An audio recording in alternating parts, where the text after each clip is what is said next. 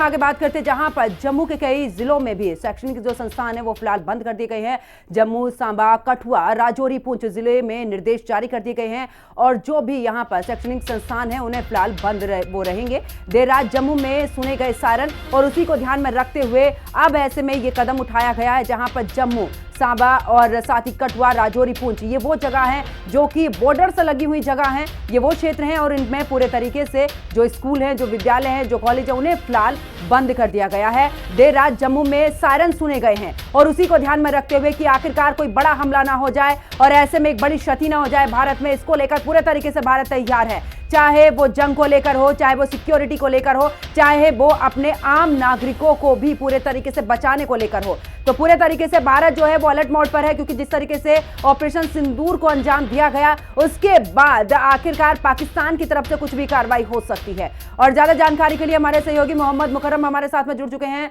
मोहम्मद मुकर्रम, अगर बात करें क्योंकि देर रात की अगर बात करें तो जम्मू में सुने गए हैं सायरन और इसी को ध्यान में रखते हुए जो शैक्षणिक संस्थान है यानी कि जो स्कूल, कॉलेज ये सब है उनको फिलहाल बंद कर दिया गया है। जी, ऑपरेशन सिंदूर के बाद पाकिस्तान ने भी कहा कि हम इसका बदला लेंगे, लेकिन इस हवाले को लेके प्रिवेंशन मेजर्स के तहत जो भारत सरकार ने निर्णय लिए, मुख्तलिफ कॉलेजेस, स्कूल्स को बंद कर दिया गया है। एयरपोर्ट के नजदीक जितने भी कॉलेजेस, स्कूल्स है कश्मीर घाटी में वो बंद कर दिए गए हैं क्योंकि पाकिस्तान ने रात भर अंधाधुंध फायरिंग की लाइन ऑफ कंट्रोल पे और जवाबी कार्रवाई में भी आर्टिलरी फायरिंग से जवाब दिया है भारतीय सेना ने उनको। और पुंछ राजौरी की अगर हम बात करेंगे तो पुंछ राजौरी टेंस माहौल में है क्योंकि सिविलियन उस पे टारगेट कर रहे हैं पाकिस्तान की सेना और उनको यहाँ से जवाबी कार्रवाई में भी जो ऑपरेशन सिंदूर पहले किया गया है उनको जवाबी कार्रवाई कर रहे हैं और मजम्मत हर किसी फोरम से हो रही है क्योंकि वो सिविलियन पे टारगेट कर रहे हैं। पुंछ एरिया में जहाँ पे बताया जा रहा है लगभग 12 के करीब की सिविलियंस की मौत हुई है जिसमें बच्चे, औरतें और बुजुर्ग भी शामिल है और प्रशासन ने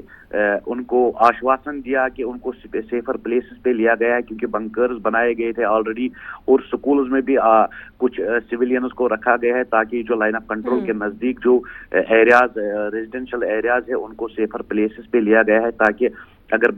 जंग जो एस्केलेट ज्यादा हुआ तो बढ़ जाएगा, बढ़ेगा। तो उस हवाले से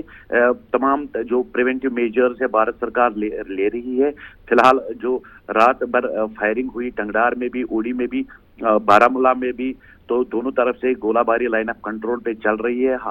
माहौल बिल्कुल, और ऐसे में देखिए सिक्योरिटी चाक चौबंद की गई है। मोहम्मद मुकर्रम हमारे साथ बने रहिए, आगे भी आपसे अपडेट लेंगे। और चलिए रुक करते एक और बड़ी खबर का, जहां पर ऑपरेशन सिंदूर से जुड़ी एक्सक्लूसिव सैटेलाइट तस्वीरें सामने आई हैं, जहां पर जैश के हेडक्वार्टर में तबाही का सैटेलाइट सबूत सामने आया है। लश्कर के हेडक्वार्टर में तबाही का सैटेलाइट जो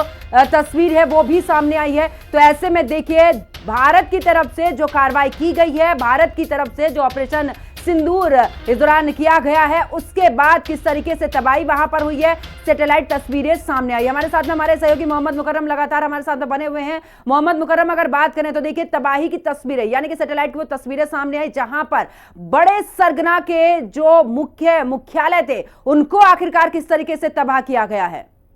जी, ये फिर जो जैश टेररिस्ट जो जैश का ऑपरेटर फाउंडर जो है अजहर मसूद, उसने भी फिर क्लेम किया सोशल मीडिया पे और मुख्तलिफ मीडिया आउटलेट से कि मेरे घर को तबाह कर दिया गया है, मेरे रिश्तेदार और मेरे जो साथी है उनको मार दिया गया है, लेकिन ऑपरेशन सिंदूर तो कामयाब हुआ है। फिर उसने भी अपनी तरीके से जिम्मा लिया है। तो जो ऑपरेशन सिंदूर था जो खाली टेररिस्ट कैंपों पे टारगेट था तो उनको तबाह किया है, जिसमें लश्कर, जैश के हेडक्वार्टर्स जो बावलापुर में खास तौर पर थे तो उनको सैटेलाइट इमेज के जरिए कि पहले किस तरीके ये बिल्डिंग थी और उसके बाद इन हेडक्वार्टरों पे किस तरीके को मिसाइल डाल के तबाही मचाई है, तो उसने भी जिम्मा लिया है। तो खास साफ तौर पर जाहिर बात है कि जो ऑपरेशन सिंदूर नाम रखा गया और 6 से 7 के मई रात के बजे 1:45 बजे लगभग भारत सरकार ने निर्णय लिया था कि इनको सरप्राइज देंगे, वो सरप्राइज दिया है और पाकिस्तान को इन ख्यालों में रखा है कि पहले मॉक ड्रिल होगा। लेकिन मॉक ड्रिल से पहले बिल्कुल, लेकिन देखिए मोहम्मद मुकर्रम, ये वही ठिकाने थे जहां से चाहे 26/11 की बात करें, चाहे उरी की बात करें, चाहे अमरनाथ यात्रा के दौरान श्रद्धालुओं पर हमले की बात करें, कुल मिलाकर यहां पर ट्रेनिंग दी जाती थी। और ये इतना बड़ा सरगना, इतना बड़ा मुख्यालय था कि यहां पर 15 से ज्यादा आतंकवादी एक साथ में तैयार किए जा सकते थे। कुल मिलाकर इसको ध्वस्त करना भारत के लिए कितनी बड़ी उपलब्धि है? जी, भारत के लिए बहुत बड़ी एक कामयाबी है, क्योंकि जो टेररिस्ट कैंप है जहां पे इनको ट्रेन किया जा रहा था टेररिस्टों को, और इनको सिखाया जा रहा था किस तरीके से अटैक करना है सिविलियंस पे, टेररिस्टों को समझाया जा रहा था, उनको ब्रेन वॉश किया जा रहा था, तो उन पे हमला करना और उस हेडक्वार्टर को नेस्त नाबूद करना, ये तो भारत के लिए एक बहुत बड़ी कामयाबी है। ऑपरेशन सिंदूर जिसको नाम रखा गया है, और उसके तहत इन जो हेडक्वार्टर है वो खत्म कर दिए गए। बिल्कुल। लेकिन उसके बाद फिर अजहर मसूद ने भी ये जिम्मा लिया कि मेरे साथी मार दिए गए, यानी कि जो ऑपरेशन सिंदूर है। बिल्कुल। और देखिए मोहम्मद मुकर्रम, सैटेलाइट की तस्वीरें